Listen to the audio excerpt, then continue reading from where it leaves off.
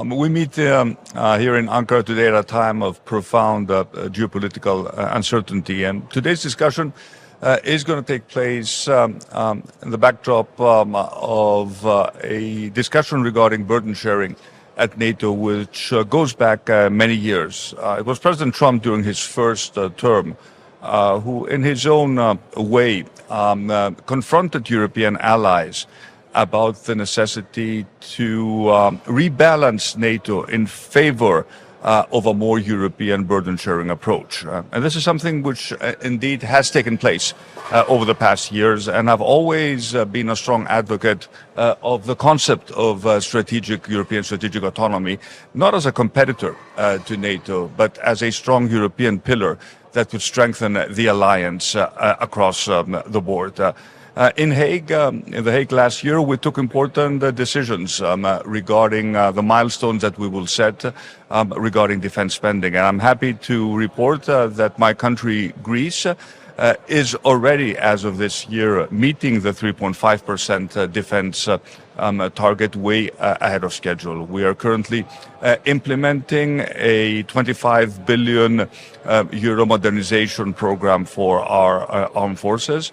My country is in a very delicate neighborhood facing geopolitical challenges. We have always kept our commitment to NATO spending, even in times of deep austerity, and we're now one of the 5 countries leading NATO when it comes to defense spending. Finally, when it comes to the regional situation, let me express my hope and optimism that the truce between Iran and the United States will hold.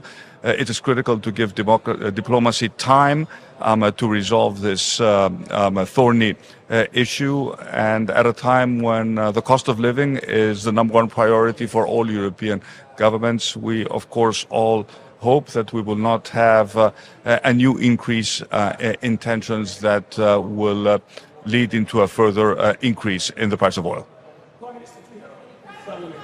The influence of Turkey within NATO and the fact that now the US president looks like he will allow F-35s to be bought by Turkey. Does that upset the balance within the Eastern Mediterranean? I'm not going to comment on the statements made yesterday by President Trump and President Erdogan. All I can say is that an alliance needs to be based on the fundamental principle of good neighborly relations. And at a time when my country is still faced with an open threat of war by Turkey, should we exercise our legal right to expand our territorial waters? I think we need to be cognizant of the fact that the sensitivities of all NATO allies need to be taken into consideration. After all, we are a defensive alliance, and I'm sure that these outstanding issues can be resolved in the spirit of good neighborly relations and in the spirit of cooperation. In your neighbor country, did you like the food? Turkish Sorry, food? I can't hear you. Speak up a little bit. How did you find the Turkish summit in your neighbor country? How did you find the Turkish food? I can't hear you. Sorry. I give you what I can tell you. It's always a pleasure to visit Ankara, and I've always been a big proponent of improving the relations between our 2 countries. Thank you.